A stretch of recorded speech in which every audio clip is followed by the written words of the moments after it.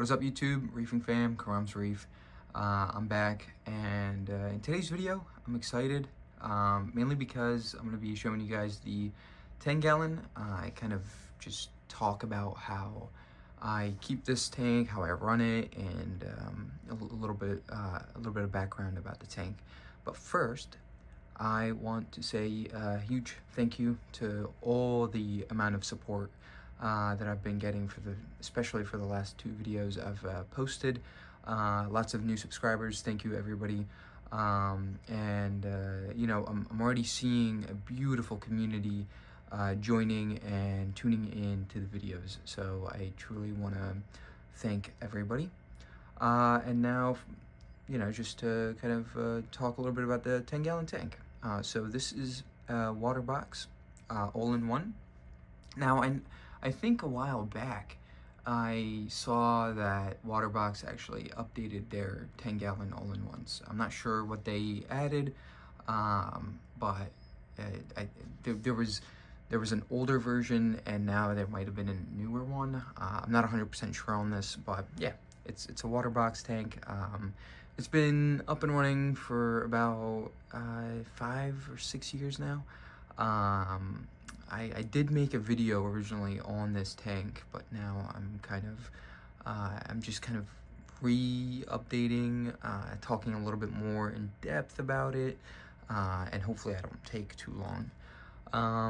But yeah, tank's been up and running for about 5 to 6 years. It started up in 2019, closer to 2020, around that COVID time. And the tank was first started back at home, and then I took it with me to college for a year, and then after the year I finally placed it in its final spot, which it's been since the move. And so the tank was moved about 3 different times, give or take. And yeah, originally, when I started this tank, I did go up and down with emotions, keeping anemones in this tank. Originally, it wasn't going to be specifically anemones. It was actually going to be a bunch of different corals that I was trying to keep. But unfortunately, that wasn't successful, and so this was my next big project. And so I really love how it turned out. I absolutely love how the tank's looking, and I'm extremely grateful. So things that I'm doing for this tank: I am not dosing. I do water changes whenever I start to see how the anemones react. Now, if they start to close up, or if they start to look a little bit not just, you'll know. I mean, especially if you see this tank every single day, you'll know when something's off. And so based on that, I do water changes. I mean, I try to you know, keep it consistent every 3 months, or whenever is needed. It's quick. I do about 5 gallons water change, so water comes down halfway, and I just change it out. And so whenever I do water changes, I also check the filtration side. I make sure my refugium is okay, and I'll talk a little bit more about the filtration in a second, but I just check all those things off. And I actually love siphoning out a lot of detritus out from the filtration area, because it tends to collect a lot. But yeah, so what do I have in the tank? I have 2 pieces of rock inside the tank that are stacked up. They are not glued. There is no epoxy or really anything. The main rock has a bunch of anemones just surrounding it. I'm not sure how many I started with, but I do remember that I did collect quite some, and a lot of them didn't make it the first couple of, I would say the first year. A lot of them didn't make it. I'm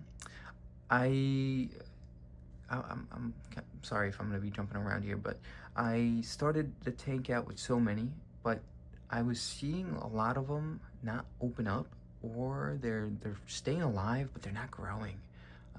They're just staying extremely small. And so between the year mark to about 2 years, I saw a huge turnaround. And two things I did. The first thing was I focused on my lighting. I made sure that there was less blues, a little bit more whites, and I turned off my wave maker. I had a Nero 3 in here in the tank, and so I completely took that offline, and I relied heavily on my return pump.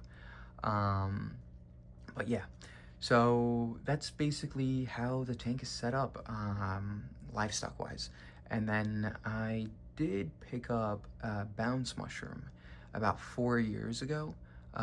So the tank was coming up to its about 2 year mark, and I celebrated by purchasing a bounce mushroom, as you can see on the bottom left.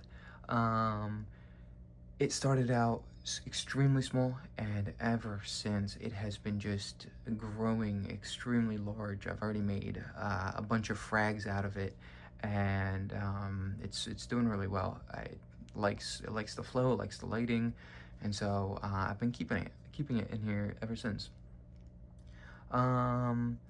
The clowns in this tank are doing absolutely amazing. They actually breed every 2 weeks.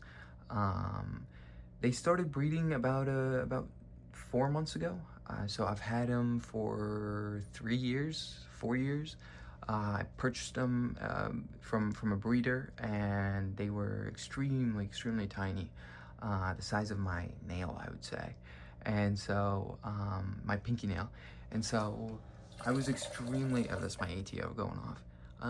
They've just, I've just watched them grow, and they've extremely taken over the tank. I did have a chromis in here, and I've tried a mandarin, but they don't tend to, they just disappear. I think my anemones tend to get a hold of them. But yeah, so different types of anemones I have in here. I've seen way too many different morphs, colorations in this tank. But the most two common that are in here are the rose and the rainbow. I did recently add 2 green ones, which you can see one of the greens is all the way at the bottom, and then there is one more in the back. And I did add a nexus anemone, which is on the bottom right corner. It's been doing really great. I got it when it was such a tiny little anemone, and ever since, I actually thought I was going to lose it, but ever since it's been doing great. And then now I'm just going to focus about a little bit on the filtration side. So I believe in carbon. I run carbon 24/7. I do see a lot online that it is said that carbon usually runs out within the first 2 weeks to about a month. I've seen that I can actually hold on for every water change I do. I can change out the carbon. But then also, again, this is where you depend a lot on your anemones, and you depend a lot on the creatures that are inside the tank. If they're starting to close up, or if there is any bad things that are going on in the tank, you kind of just have, you change one thing. You don't have to worry about anything else. So carbon is huge in this tank. I did run a skimmer in here. I didn't really see much of an improvement with having a skimmer on and off, so I took it offline. One day it just stopped working, and tank kept on going, and so I kind of ruled that one out. And my refugium, I don't actually have any algae in there, but I do have I wouldn't say algae. I don't have like your refugium algae, what I'm trying to say. Like, I don't have chaeto in there, or caulerpa. I have your nuisance algae that's growing back there, and you can kind of see a little rod going all the way in the back, and that's just the light for the refugium. So that's, that I have that on 24/7, and it helps with the pH of the tank, even though I don't monitor any of that. But it does grow the algae in the back. I don't know if it's beneficial. I've never really taken it offline, so I can't answer that question. But I did start the tank out without a refugium. I have a bunch of snails in here. I have a bunch of Nasarius snails, hermit crabs. I may not have hermit crabs anymore. And then there is an urchin in here. Urchin's been in the tank for a very, very long time.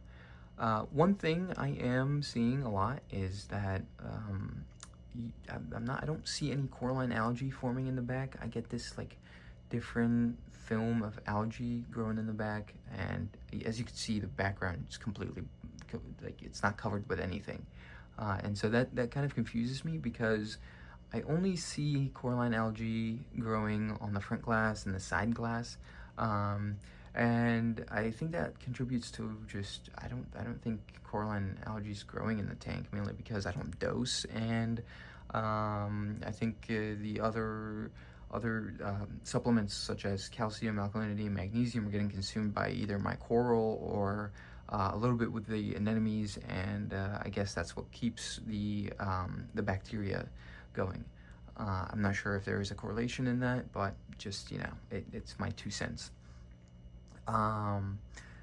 Lighting, I have had this light ever since day one. I did try with AI Prime. I did try to run those on this tank. Anemones didn't like them. I switched to G5s, and that was way too strong. And so I picked up a G3 XR15. I believe it's a Pro because I was able to install the Mobius chip on it. And then it has a diffuser. I originally was running the preset that you can just kind of click on the top of the light with the buttons, and it was the second down from the whitest one, and so that was ran for the longest time, I think for 3 years, and then for the last two and a half, I've been running AV Plus at 45%, and so anemones seem to A, color up a lot better, and B, they've just enjoyed it way easier, or way more than the completely white. But I would highly recommend focusing on your lighting and your flow for this for anemone tanks. I feel like those two are the most important when it comes down to anemones. Feeding wise, I've went back and forth. I do have a period where I feed frozen, and then there is a period where I feed pellets. Each period takes about, you know, it really depends. I may be lazy for 3 months and just feed pellets, not saying that pellets are just way easier. And then I may have a 3-month period where I mix constantly frozen food or make cubes and leave them in my freezer and feed.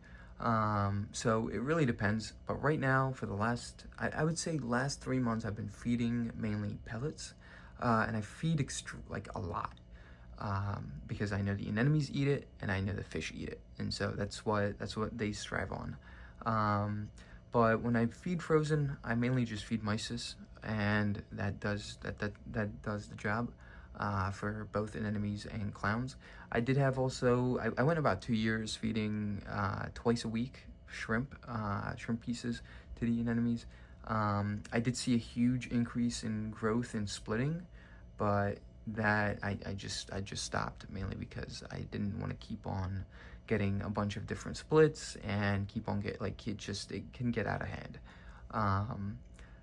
But occasionally I'll have anemones in the overflow area, and they'll tend to stop the overflow from, you know, kind of going, like water going into the overflow and causing a bunch of problems. But it doesn't happen that often. It just happens maybe 3 times over the course of 6 months. But yeah, let me bring you guys a little bit closer, show you guys a little bit more on the tank, and we can wrap up the video. I've been using this new tripod, so apologies if I'm kind of still getting used to it, but as you guys can see, I mean, there are a bunch of anemones. You can see some of the tentacles already going in the back, and here's a little bit more on that green one, and the green one is new.